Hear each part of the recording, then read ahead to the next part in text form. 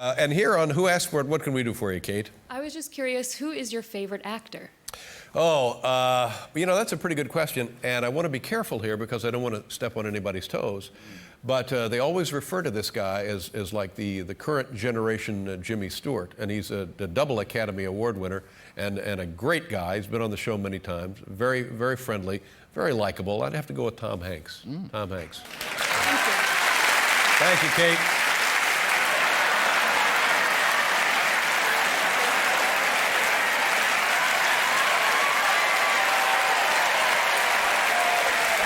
Okay. Well, there you go. That's Who Asked For It. Who asked for it? Who asked for it? Who asked for it? You got it! We'll be right back with Matt Damon, ladies and gentlemen.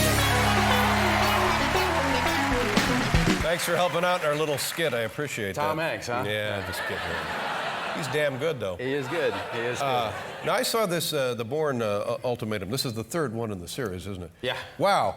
How impressive is this? Because not only is it multiple locations, it's all over the globe, as you know.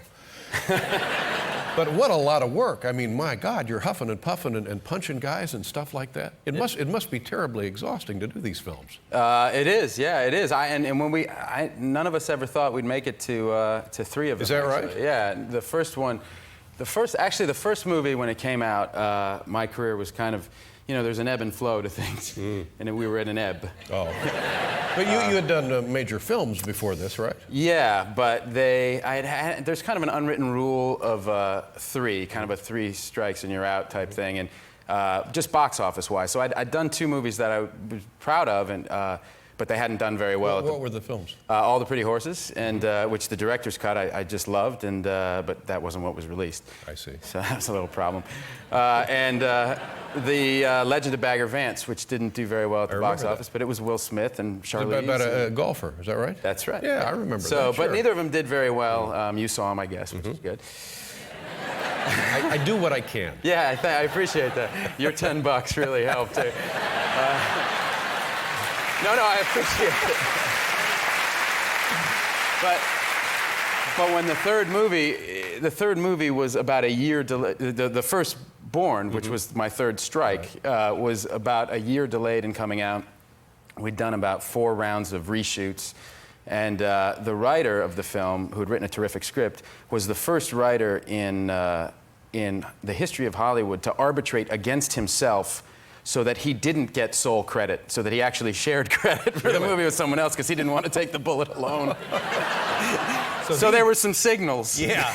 You know. Yes, but unfounded completely as it turned out, right? No, it was kind of one of those things where we all got together and we rescued it in the 11th hour, and it went on to be what it was. But there were these signals there that made everybody think it was going to be, you know, the third strike. And did you really take that to heart? You thought, oh my gosh, I may have to go back and you start selling papers or whatever. I don't know what you used to sell. What did you used to sell? Well, Amway. You used to sell Amway. Sell Amway.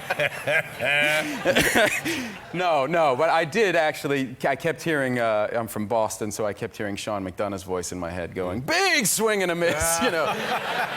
So, but no, I thought my career was in this kind of low point, and then the movie came out, and I had all these film offers literally the Monday after the movie opened. So great. Totally Well, it turned out to be a wonderful thing, and not only this summer you have the number 3, but then you were also in the other big blockbuster of the summer with your buddy George Clooney and Brad Pitt and those guys in the Ocean's 13. In the Ocean's 13, yeah. Yeah, it's great. Now,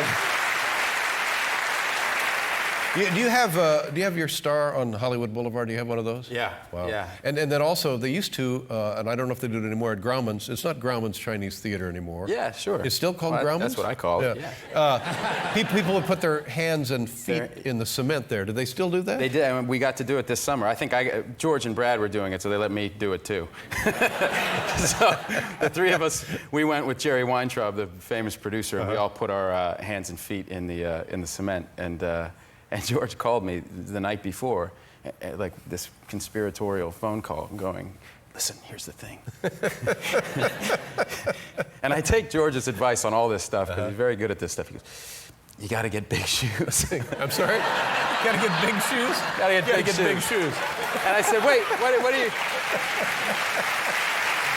In the middle of the night. In the middle, but I asked him what he meant, and he said that the concrete actually shrinks. And I realized, I had remembered going there, and you go and you see these footprints of these, and you're like, Robert Mitchum had size 5 feet? You know, like, it can't be, you know? John Wayne had girl feet? No, it's impossible, you know? So I looked through my closet, and I got the biggest shoes I had. I wear an 11, but I had a 12, so I got the 12s, and I, you know, tucked away, and I went. And George showed up wearing size 14s. Wow. Wow. So, how does he know stuff like this? I don't know. I don't know. I think he has people out there investigating. He's got teams of people working for him, I'm sure. Oh, man. Before we get too far down the road, do you have a little Matthew McConaughey? Oh, in you? man. Just a little? Just man. Before we get out of time here, just a little. The last time I did it was here. Yeah, so and we loved it. We all loved it, and it's all we talk about. Matthew McConaughey taking his shirt off, doing whatever he's running around, having a beer. I'll tell you what, the Bourne Ultimatum's coming out on Friday. I might just have to take my shirt off.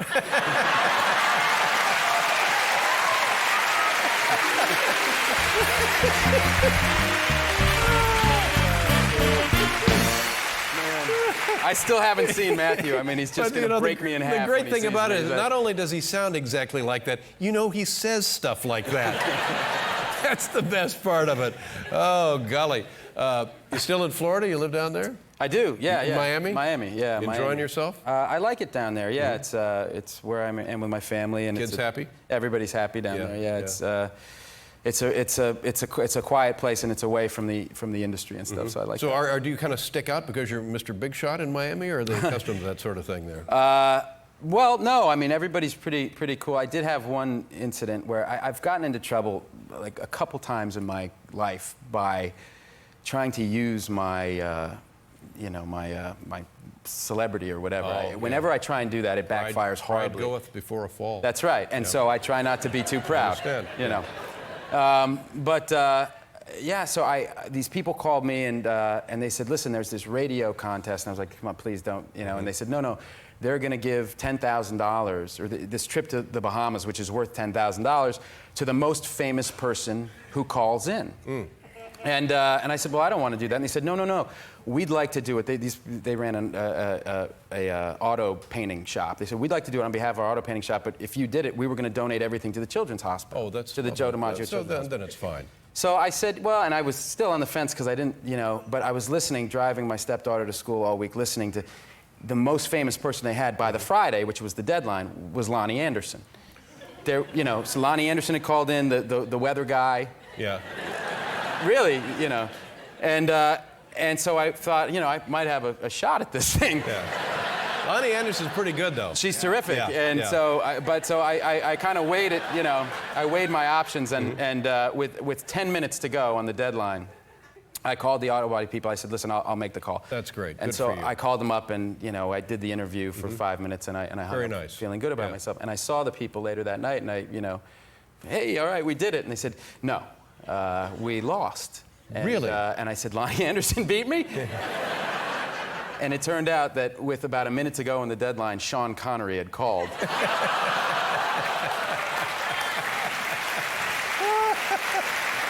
Oh, that's awful. It's having no idea that I'd called. I'm sure he didn't know. I'm sure he But didn't if know you're that going I to called. lose, Sean Connery, you know. It's a good guy to lose. That's right. There's Hey, a Hall of Famer he's no right Tom there. Hanks. Exactly. No.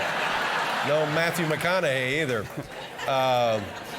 Now, let's show folks a clip here. Now, this thing opens on Friday, and this will be the third. Will there be more after this one? Because I know in this one, and maybe I shouldn't say this, but I know the ending is ambiguous. Right. Not ambiguous, but you know what I mean. Yeah, Yeah. ambiguous. So, will there be, do you think there will be or not another one? Or have you already shot the fourth? No. No, we, you know, maybe down the line if they came up with another way. I mean, we really like, just making 3 movies that are good is really hard to do, and people like this one, so we're just going to put this one out there and see what happens. Well, then I bet there'll be a fourth one. But the thing I noticed about this is that this guy knows how to do stuff because he's been trained to know how to do stuff, and he's really pretty good with his fists. Right. So when you beat a guy up, it's not just your standard beating a guy up. I mean, it's really beating a guy up. Yeah. I couldn't get over that one guy. You just pummel him and pummel him and pummel him, and then when you think it's over, then you strangle him. I thought, wow, that's pretty impressive. Yeah, that's that's kind of the message we like to put out in the summertime.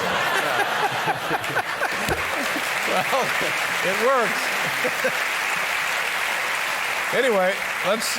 What is this? And how about Julia Stiles? Boy, She's great. Yeah, she's terrific. What are we going to see here? A scene with Julia Stiles, where we first meet up and we're not expecting to see each other, and we basically decide to go on the run together for Take a a little look. while. The Bourne Ultimatum. Oh man! Oh man! There it is. The Bourne Ultimatum opens Friday. Good to see you again, Matt. Thanks a lot. Enjoy your Good to see summer, you. sir. We'll be right back here with Jeff Waltman, everybody.